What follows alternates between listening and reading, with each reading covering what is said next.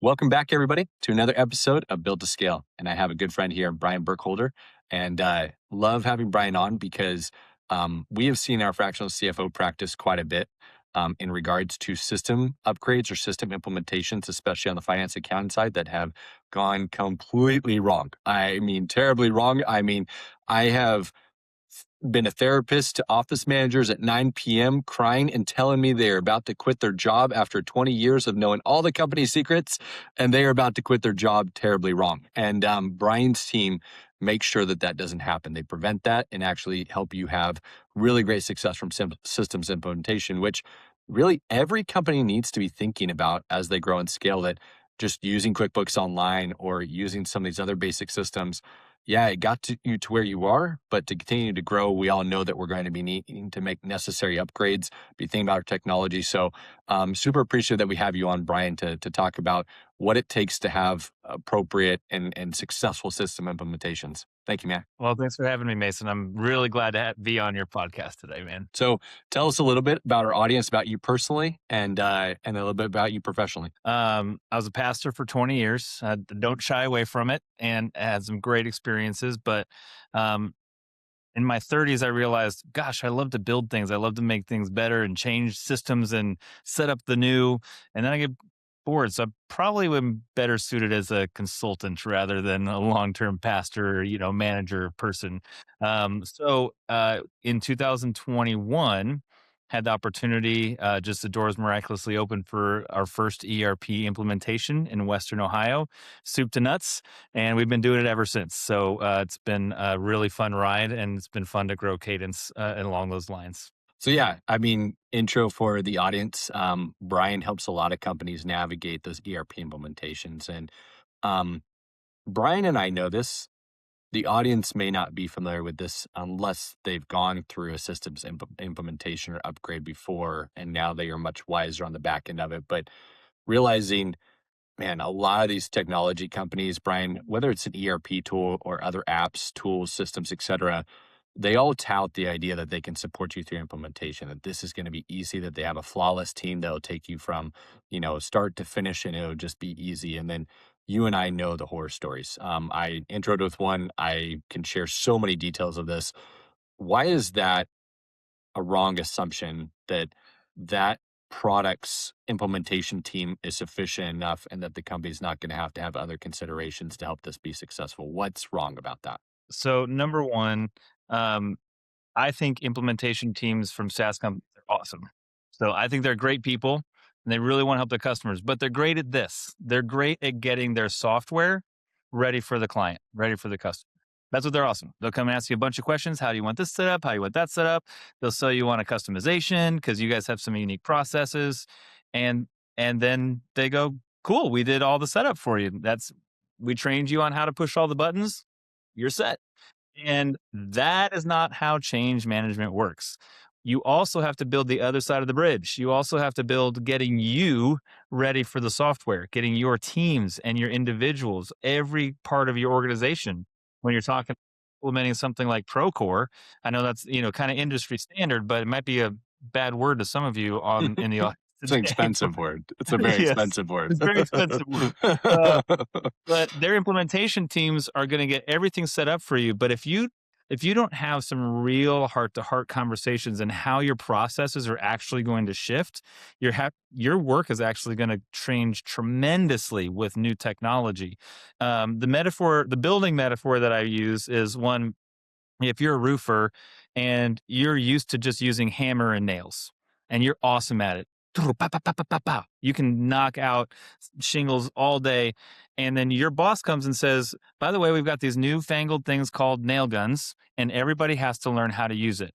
Well, if you've only ever used hammer and nails, the nail gun is going to be a pain in your butt. It's so heavy. I have to figure out how to load this thing. I got this hose tied to like now I have to figure out how to use a compressor. You're telling me this is easier? This is not easier. What are you talking about? So when you're upgrading your systems, it's the same analogy. You're going from hammer and nails, writing things down, putting sheets of paper on the AP or AR's desk, and everything's digitized and your team's going, you said this would be easier. It's not easier. Well, if you're in construction, you know that a nail gun is a no-brainer. It's gonna like the efficiency is 100x of hammer and nails. The digital transformation is very, very similar. In order to get the efficiencies that you want, you have to learn how to use the new tool. And the SaaS companies, to back to your question, Mason, the SaaS companies just don't do that. They don't, they'll show you how to use the knobs on the compressor one time, but they're not there when your team gets frustrated and they get angry and they have to learn how to roll the hose by themselves. Those are all the things that we do. That's the change navigation that we really come in and help with. For our audience, I know you and I have talked about this, Bryan, but we were brought into one client example where they had invested $70,000 in a new Sage product and were implementing it. And I mean, literally, we got brought in a week before. I mean, we started engagement, then we got it. Oh, by the way, on first day of kicking off, we're going to have a closeout call with the ERP next week. And we said, Wait, we thought that there was more time here. Like, what are we walking into? It was an official closeout call, basically the ERP company saying, "Hey, we've done our job. We've shown you and given you all the training. We've shown you how to do the imports. We're signing you off. You're on your own now, right?" And even one of the questions came up of, "Hey, you're ready to import accrual basis books because this system only intakes and only reports on accrual basis that we do not have cash basis reporting availability." And the client was on cash basis. And we're talking about, for our audience, the switch from cash to accrual. I know that QuickBooks Online makes it seem like you can just click a button. It's not that easy. Sometimes this is a multi-month to a whole year process to make that transition. And I mean, we had to do it within weeks to get some of the data ready. And this wasn't even like, we're not experts like you are, Bryan. Like, all we were trying to do was the financial side, but realizing, whoa, your project managers over there and your ops people and what they're doing and how they're going to interact with the system. What does this look like? Like, we weren't even considering that. It was just, holy crap. Like, we have to figure out how to convert this accounting and get it ready and get it imported. It was a mess. And it's that type of stuff that, like, the ERP company, they didn't know anything about the client's financials. Like you said, they knew about their product, but they didn't know what it would take to get the data ready to get into their product. And they're going to face a variety of client obstacles. Like, no lower mid-market company's financials are the same. There is not standardized accounting practices in a lower middle market. You start achieving that when you get into bigger companies because, you start creating that level of standardization, but it's a lot of modified little cash, somewhat accrual. It's all kind of a jumbled mess. And so nobody does anything the same. And these software companies, they know their software, like you said, and they don't know how you're doing your accounting and all the things that make it up. And if they were to go figure that out, you better believe that the implementation cost is going to be twice, not if three times as much, right? 3 times. Um, Yep. and so, yeah, I mean, for our audience, like, this is a real thing that you're going to get sold on the idea that they can help you. And they will with their product, and they will well with their product of showing you how to get the data into their product and get it ready for use. But to get the data in a format or to get the people ready to use the product, question marks, right? You gotta build that bridge. You gotta build the bridge from they'll help you get the software ready for you, but you've got to have somebody else helping you get you ready for the software. And that's why so many of these implementations just fall off a cliff because you built half a bridge from point A to point B. And you got to build the entire thing. But you're not in you might be in the bridge building business if you're on this podcast, but most people aren't. So that's what we do is with partnering with the SaaS company, not in competition with them, partnering with them. Cool, you know your software. We don't have to know your software to that degree. We know enough to get our teams and our clients to that join point where everybody can walk across the bridge and go from point A to point B pretty easily. And I think you and I, we've encountered experiences where on the opposite side of a systems implementation, it didn't end up working. And then you look back and you're like, we forgot like one or two major critical questions in the whole thing that would have actually made us pull back on this decision to move forward because we didn't understand something about the design of a process as to how people really used a tool. And now this new system forces them to use it in a completely different way that is actually like it's detrimental, to the way that they do their work. Um and I just underestimating that is just such a such a problem. But you know, companies still lower middle market, like they're having to figure out, and by lower middle market for our audience, I'm talking y'all, between 10 to 100 million, right? In revenues, of construction companies. Um, at the end of the day, they are going to have to implement systems. Um, what would you consider, are the real ROIs of making these systems upgrades that, I'm sure that they're getting told certain things, or they're even getting forced that, like, hey, you have to be on Procore because your clients are on Procore, the client project managers are on Procore, and that's the way you have to communicate with them. Or you could be a subcontractor and then the GCs are on Procore. And so, like, it's kind of being shoved on you, like you have to do it. The ROI is certainly we want the client account, right? On the alternative, like for somebody that's thinking themselves, okay, should we consider this not? What's the ROI of a decision like this to really upgrade systems? So, let's talk about two things. So, one is processes. So when I look at, like, we talked a little bit in our meeting about inflection points, because that's really where the ROI starts to show itself. So as you grow, some of the manual administrative work that you're doing, whether it's in finance or whether it's in operations, whether it's HR stuff, some you the duct tape you've put around it starts to crack and you can't quite keep your arms around it.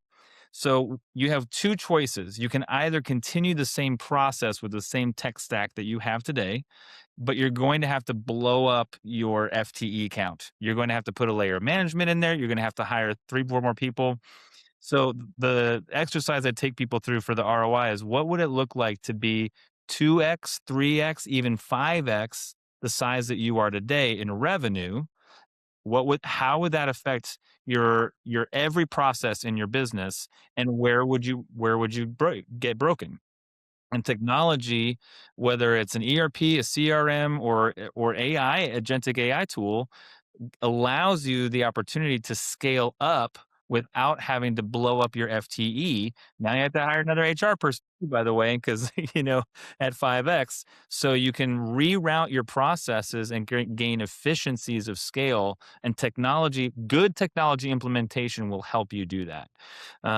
Good technology implementation. So that's number one: is um, decreased headcount with increased revenue over the long term, and technology is your vehicle to do that. Number two is going to be visibility into your organization in real time. So, upgraded technology, partnered with great change management just means the data is getting put in correctly and accurately, procedurally. And people are doing their job, especially in construction. People have to do that. People have to make sure that data is in there in real time, and that's change management. The technology then gives you visibility on cash flow, gives you visibility on how a project is going with, is everything on site? Is something late? And in construction, that's crucial. You do not want your trusses sitting there for 3 weeks because something else was late and just sitting out in the rain. Yeah, you can't have that. So the visibility in real time, whether it's something like that with project management, or whether it's something at the C-suite level, when you're saying, do we take this project on? Do we have enough headcount? Is this too small? Is it too big? Those kind of decisions require real-time data in order to make. And sometimes as you grow, you don't have as much, gut. You can't follow your intuition as much. You need data to actually inform those decisions. And technology allows you to have that data. Hopefully, again, technology paired with change management allows you to have that technology in real time with leading indicators, not just lagging indicators on the KPIs necessary to make those decisions. So, two things: scalability and visibility. I love that. And the finance part of me wants to hone in that, for a lot of companies out there, seeking to understand what's relevant in your industry, which, understand and I would narrow it down, as intimately as you can. So if you're a specialty subcontractor, figure this out for specialty subcontractors. For general contractors, figure this out for general contractors.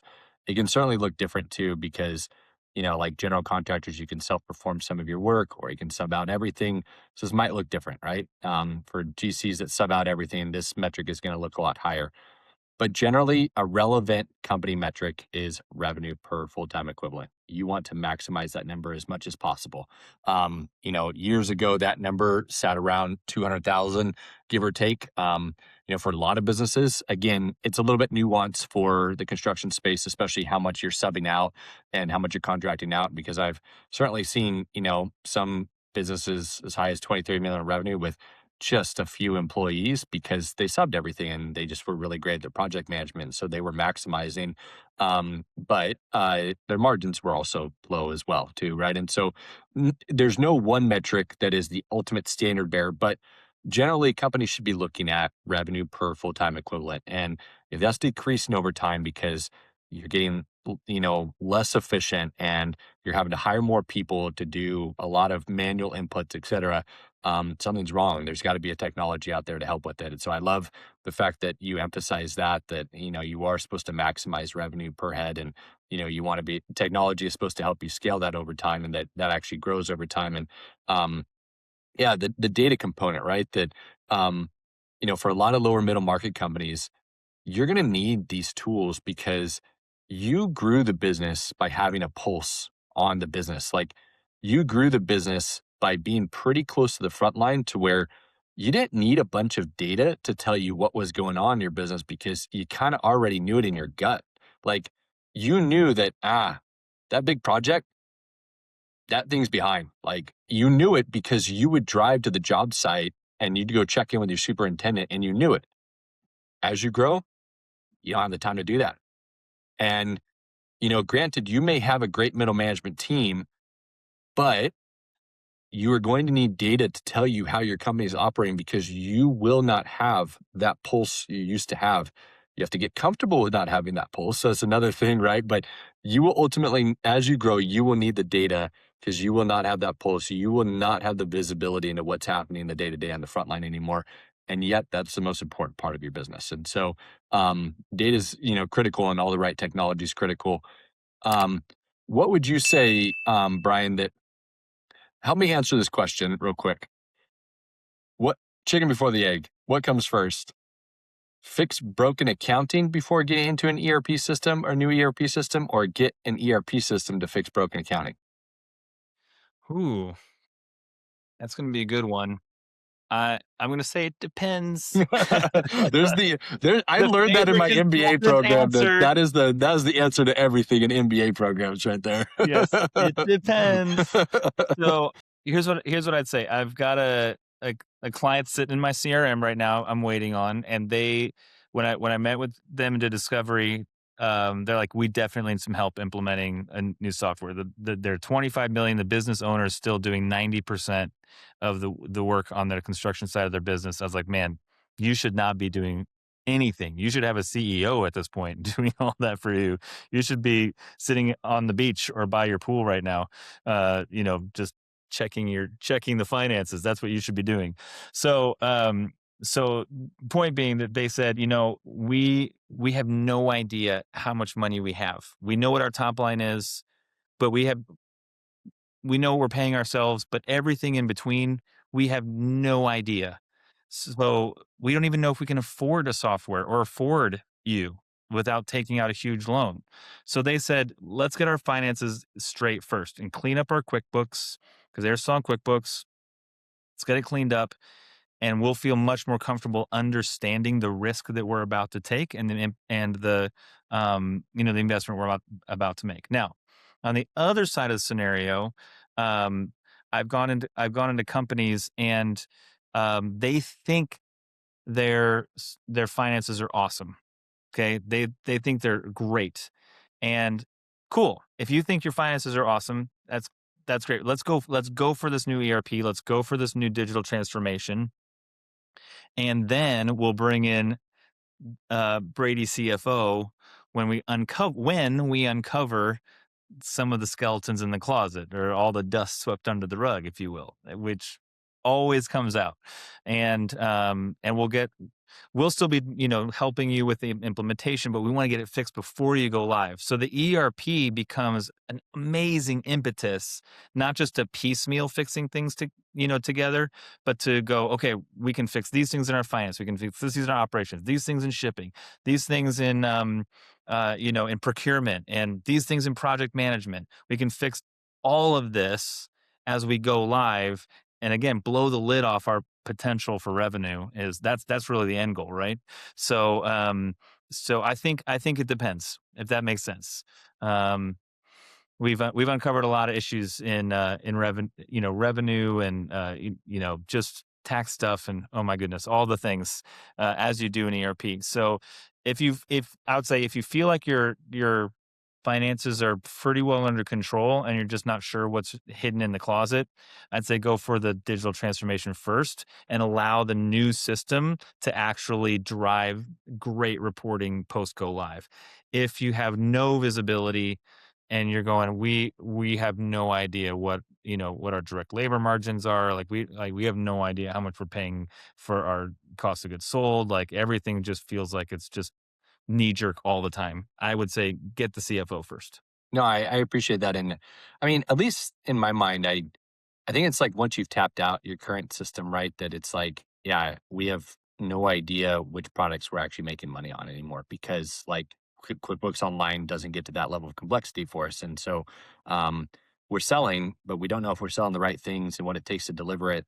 And so we're just selling, and it might appear that we're making some money, but we don't know if we're making the right decisions. It's all just by guts instinct. And it's like, well, the ERP probably is your right solution because then you could start to break down some of that complexity and say, let's do some costing, let's develop, some costing, or the ERP probably has some costing tools, et cetera, that you can start to get the granularity you need to understand what the heck's going on. But I guess I would just encourage to our audience, like, if your books are a mess simply because you haven't closed your books in 3 months, like another story, right? Like, Yeah, yeah. like go And do that first, please. yeah, Go do that. let's do that. Let's, Yeah. if it's just a financial bandwidth issue, just get get a fractional CFO in there, and let's fix that. Get those processes rolling, because that's not the right time to do an ERP. You're too far behind. So that's a great case that you made there, Mason, for kind of chicken and the egg there. So I'd love to hear from you because um, th- what we're talking about, it feels like it's a one-time event for companies of, systems upgrades. I I think you and I would both argue this is a continuous evolution. And for many company owners, we realize that sounds scary or feels like, man, I just feel like I'm getting sold on change management and all this consulting and everything. And it's like, no, it's and I'm just giving, honest feedback to our audience. Like, even within our company, we witnessed we have financial analysts that build very in-depth financial models for our clients that allow us to do company valuations, allow us to predict major cash flows for capex, expenditures, etc. And I witnessed one of our financial analysts use a new AI tool that we adopted and take data from PDF reports, and it took the PDFs, converted the AI tool, converted the PDFs into Excel on its own, and built the financial model that would have taken 40 hours minimum for one of our top senior analysts to produce. And the AI did it in 2 minutes. And it was correct. I validated it. I went and checked and did all the internal control measures to check whether the financial model came out correct. It was correct. That, for me in our business, has literally upset the idea as to this role of financial analyst is going to have to change, and we probably won't hire another financial analyst again. And for those companies out there wondering, like, what the heck is AI going to do? I'm not saying be scared about it, but that reality that you are going to have to adapt pretty quickly here. And if you're not thinking about the systems and the technology that you're using, somebody else is. Um, Brian, what would you say to companies? Because I guess I'm trying to advocate for the idea that it's not just a one-time systems upgrade. It's a continuous thought, right? It's a continuous action that you're constantly thinking about how to upgrade your systems. And you come in to do major upgrades and major change management. Like, what would you say is a relevant role that companies in the lower mid market should be starting to consider is going to be really important for them to face what's coming down the pipeline with AI and everything else that's coming? What would you say is relevant? First of all, I'd echo what you said. Was at a great conference last week, and um, when it comes to software adoption, there's not going to be a smooth, steady stream for a long time. It's going to be whitewater rapids for probably 9 or 10 years. So if you want to survive, you have to get off the smooth, steady stream that you're on and just dive into the rapids. And that's you don't know what's coming around the next curve. You don't know what's coming, geopolitically. You just have to engage. And that is scary. It's scary because it will be a change management for a really long time. So to your direct question about what role you should consider to help you, the best role I can think of is a fractional CIO. Not a tech guy, not somebody who's making sure your laptops work and your connectivity works on the job site. That's not the role. The role is, here's the tools that are coming. They're really fast. What do we need to do to prepare ourselves as an organization for the next 2 to 3 years and into 5 years? Make sure we're not just, I call it throwing pickles against the window with AI agentic tools, seeing what sticks, because that will be the biggest money suck. And that's the fastest way to lose your business in an age of AI is just try stuff. And then, like that can be part of a strategy. But if you don't have that as part of a greater strategy, you'll lose your shirt on it. So the CIO, you don't have to wait till you have $350,000 to go hire the best CIO in the world. You can get amazing help from fractional CIOs right now for a fraction of the cost. Now, the labor costs more for the input that you'll get than you would from hiring a salaried person. But when cash flows tight, which is most companies today, and gosh, it's kind of, again, chicken and the egg. We got to have help, but we to go get cash, but now how are we going to get the cash to invest it? So that would be a really awesome opportunity for mid-sized companies to actually get some strategic thinking around their software stack and hopefully use that person to get some really quick wins. We love to partner at Cadence with fractional CIOs because they don't want to do change management. They want to say, we need an ERP, we need these 3 AI agentic tools. That's enough for now. We'll talk about the rest in a year once those are in place. We're going to stay on the whitewater, right? But in order to do those things, we have got to have some external bandwidth and expertise to actually get people to utilize the tools. So we love partnering with CIOs and fractional CIOs in that regard. So that's my answer, sir.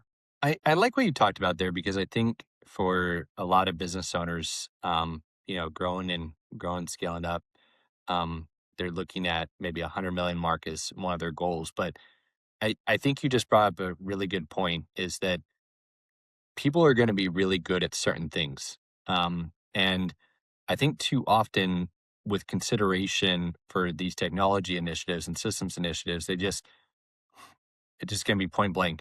They throw the young techie guy at it and they're like this works. And um, to our audience, I'm not just trying to sell our audience on something. Not a good idea. It doesn't work well. Because you brought up the point that there's somebody that's accountable for identifying what the organization needs for the next steps. But that person, even though that they may be technology focused and technology very forward and maybe able to think about it, then getting that person to translate that to all the team members in operations, accounting, finance to actually get them through an implementation and to lead that and to get buy-in through it and to actually manage that as a project could be two completely different people, like Yep. two And they usually totally are. different asks. Yeah. And I mean, They it's usually just are. like for any CEO or business owner, you know what you excel at and you know what you hate. And it's not just even what you hate, also what you stink at. And expecting somebody to be all things in one, that they're supposed to be the information person that thinks about the systems and where we need to go. But at the same point, they need to be the person that actually gets all the guts of it done and works with the accounting and finance team and operations and actually gets it done and implements it and has it done in 6 weeks. Here you go. Cool. Here's your new ERP implementation. very rarely are those two very. You have a unicorn on your hands if you have that. Yeah, So I've had the opposite happen to me, Mason, where I've gone in and helped with an ERP, and then the company said, "Hey, can you be our fractional CIO?" I was like, "You don't want me to be your fractional CIO. I know how to help your team adopt and adapt to this software and make sure their processes are right and make sure the data is right uh, and I talk with tech people all day, every day. But you don't want me doing that. I have no idea how to make a packet go faster through your server." You don't you want somebody who knows how to do that and is also strategic, thinking. So you don't want me, but they wrangled me into it for about 6 months anyway. So I said, I said, I'm not a CIO, but I can play one on TV. yeah, So, there we go. Yeah, uh, he's got the suit and everything to do it. So. yeah, but it is, you're right. It's 2 different roles, man. 2 different roles. Well, I think it's just that as a summary, I think don't for our audience, don't underestimate the change management and what's required to have a successful systems implementation. And truly, there are going to be things that require you to do it and that you're going to get ROI out of it. Don't skimp on this, right? Be very, very careful, be very, very mindful. And it's not just about going with the highest cost provider. We're not telling you, oh, just shell out money, but be very mindful that about your approach to this, that your team has a full-time job and they're going to be doing ERP implementation. And that means what if something goes wrong and you're predicting that they're going to have a week of late nights through the implementation, but what if something goes wrong and all of a sudden your team is 4 weeks deep and you have your accounting manager sitting there at 10 p.m. at night not seeing their kids, you think that they're not going to question whether this was a bad idea and they don't want to work for you anymore, and you're not giving them any outside resources to help? Like, it's very important to be very pragmatic in thinking forward about these system implementations, getting help and support, especially if you've never done it before. It's really hard otherwise. And just because your friend down the street has done it and they're using the same tool, your company is unique. You know it, so just because they did it doesn't mean it's going to go perfect for you, right? Um, I think the other thing and the key takeaway for our audience is, that idea that, okay, change management's hard enough, but that information systems, that there has to be somebody in your organization, whether it's fractional, whatever it might look like, accountable for where are you going with your systems and your technology over the course of the future, because it's coming fast. It's coming really, really fast. All kinds of change in AI tools coming super fast. Somebody has to be thinking about this, about how to deploy this at scale in your organization, so that you bring in Brian's team to help with the change management of actually implementing these tools. But you got to have somebody thinking about this ultimately. If you're not, somebody else is. So, We lean into love him or hate him. Elon Musk has some really, really good thoughts about automation, and that's all AI really is. It's automating, and an agent automates a job, right? But if you don't have great data input, if you don't know how that job should actually function within your organization, if you haven't tested processes and procedures on a digital level multiple times, and then you just want to go, build us an agent. Let's go at it. You're doing it backwards and it will never work. I just got off, well, not a call, but I met with the former head of innovation at Baker Hughes this weekend. And he said, 99. I said, how many of your AI agents that you built have actually been gone into production? He said, maybe 1%, maybe 2%. I said, millions of dollars go into each one of these projects. He said, yeah, but we can't get people to actually use them. We did. They don't get past. They don't get past the people that have to actually utilize the agent. And I said, that's what we do, man. That's the change management, because the VP, the SVP can build the best agent and be brilliant, and and then they go, cool, go team, figure it out, and it won't work. It won't work. Um, the other issue with, if we're talking about AI, the other change management issue is that data going into the agents is often pretty dirty. So you're going to get, even if you get it up to 75%, 80% accurate, what you're getting out of the agent, you're going to have to spend some time and money to get it all the way up to the 99%, 100% that you expect from the investment. But that goes all the way back to human behavior data input and data integrity, because even though it's AI, it's still AI. It's artificial. It's still it's still garbage in, garbage out. So if you haven't done the hard work of change management on the systems that are dependent on people, especially in construction, oh my gosh, to input data accurately with good processes, good procedures, good accountability, KPIs on whether they're doing that well, AI is not going to do anything for you long term. So that's where change management comes in that space. So appreciate you, brother, that you've highlighted some key themes. You know, some of these, for many companies, they could be in the throes of having a really bad, technology, upgrade, and they need your help now. At the same time, there's also the reality that companies need to be thinking about this over the long term and how to do that successfully. And I think for anybody here, we got, a couple of takeaways on that from you, or a few takeaways on that from you, and just so appreciate having you and your wisdom on the show, brother. So thank you, Brian. Thank you for the chance, Mason. Glad Yeah. to see you. Awesome. All right. Until next time. Thanks, everybody. Hi, everyone. So if you enjoyed today's episode and you found value, or it raised some questions for you about the next best steps for managing your finances in your construction business, please reach out to us at bradycfo.com. There's a contact page there where you can fill out, and that will come straight over to us. Either that, or you can personally find me on LinkedIn. My name is Mason Brady, and feel free to send me a message, and happy to chat and talk through anything you're facing today, and happy to provide some advice. So thank you all. Appreciate it.